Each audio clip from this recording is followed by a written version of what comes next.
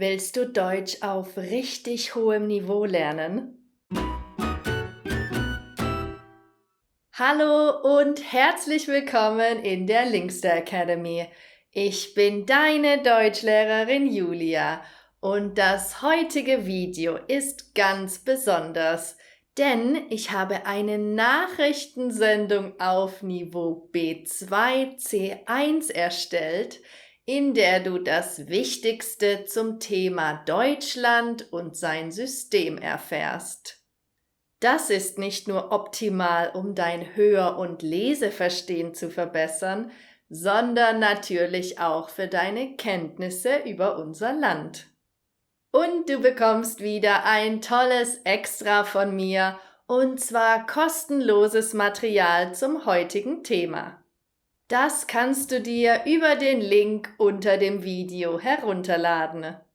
Das alles stammt übrigens aus meinem C1-Kurs, für den du dich sehr bald wieder anmelden kannst. Also schau immer mal wieder auf meinen Kanälen vorbei, um informiert zu bleiben, wenn er beginnt. Also, bist du bereit für die Sendung? Dann geht's los! Hier ist das Thema der Woche mit ihrer Moderatorin Julia. Guten Tag!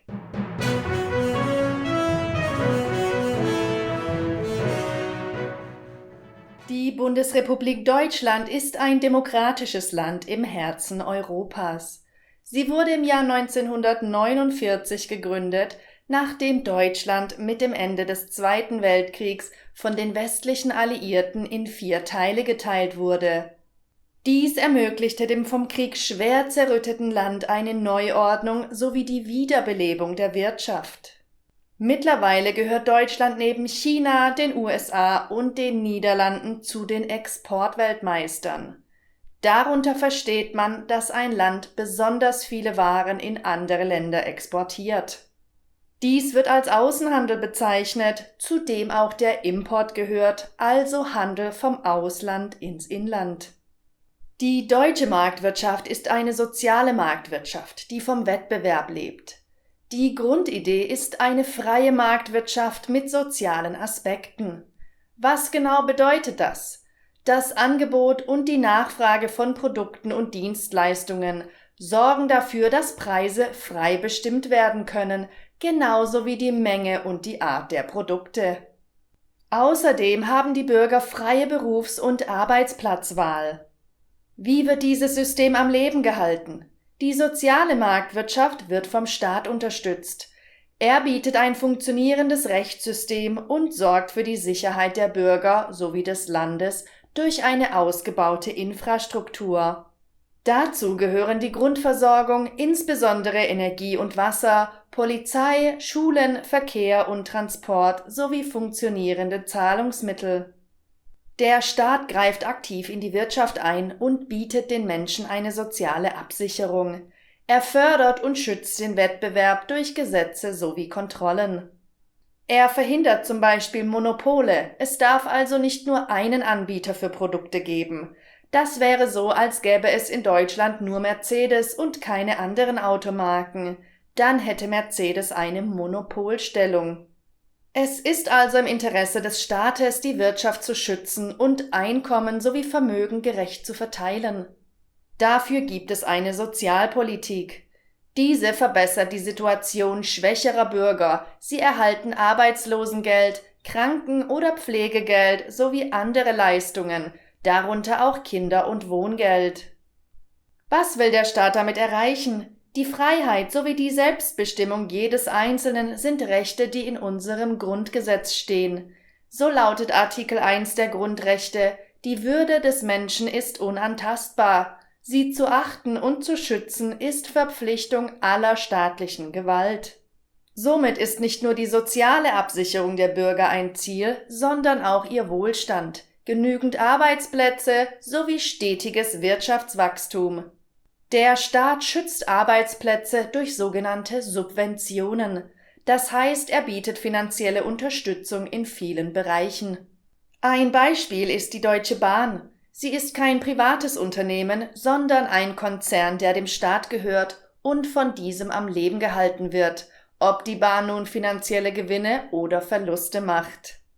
Weitere öffentliche Unternehmen sind Schulen, Universitäten, Theater, Verkehrsbetriebe und Krankenhäuser.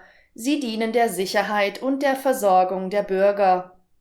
Das Modell der sozialen Marktwirtschaft wurde von vielen anderen Ländern übernommen, vor allem in der Europäischen Union. Und obwohl es ein solides System ist, weist es viele Schwächen auf.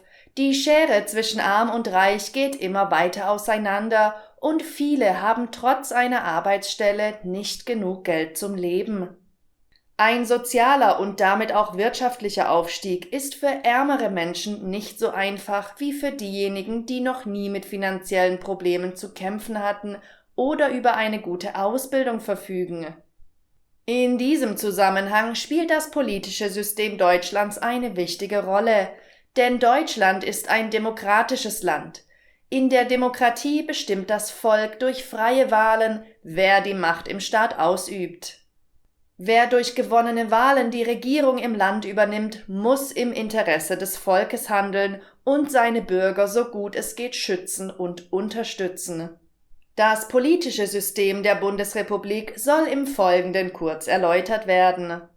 Jede Stadt hat ein Regionalparlament, welches die unterste Ebene ist, die ein Volk wählen kann.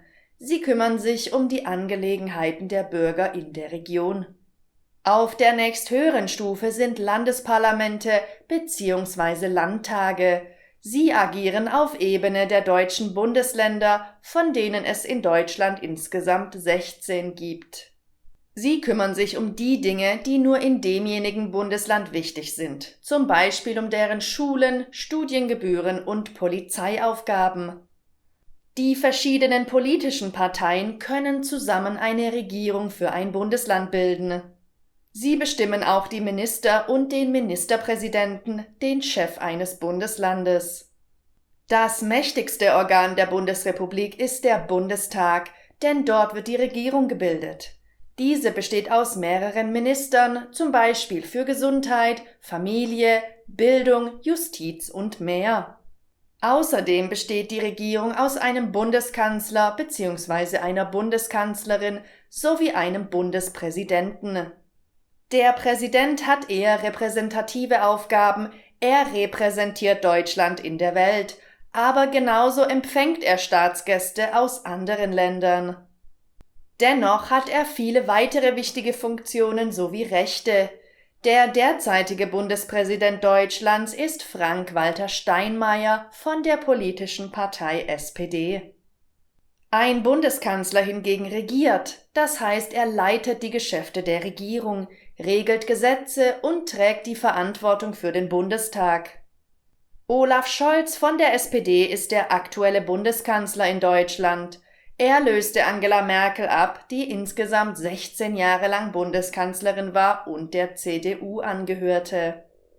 Deutschland wird im Jahr 2022 von einem Regierungsbündnis aus den Parteien SPD, den Grünen und der FDP geführt. Aufgrund der Farben der Parteien wird diese Konstellation Ampel genannt. Der Vizekanzler heißt Robert Habeck, er gehört den Grünen an. Damit eine Person oder Partei nicht zu viel Macht bekommt, gibt es eine sogenannte Gewaltenteilung.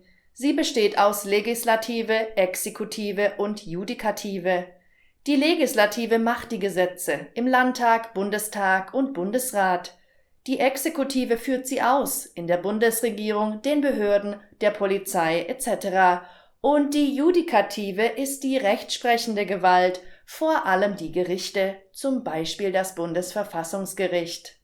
Um einen tieferen Einblick in diese komplexen Themen zu bekommen, finden Sie im Anschluss eine Vielzahl an weiterführenden Quellen. Das war das Thema der Woche mit Ihrer Moderatorin Julia. Guten Tag!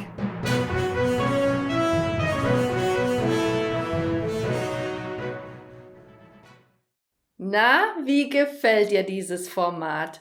Hast du etwas Neues lernen können? Schreib mir gerne einen Kommentar mit deinem Feedback und vergiss nicht, dir das kostenlose Material zur heutigen Lektion herunterzuladen. Der Link ist in der Beschreibung unter dem Video. Ja, das war's auch schon wieder für heute. Ich sag Tschüss, bis zum nächsten Video, deine Julia.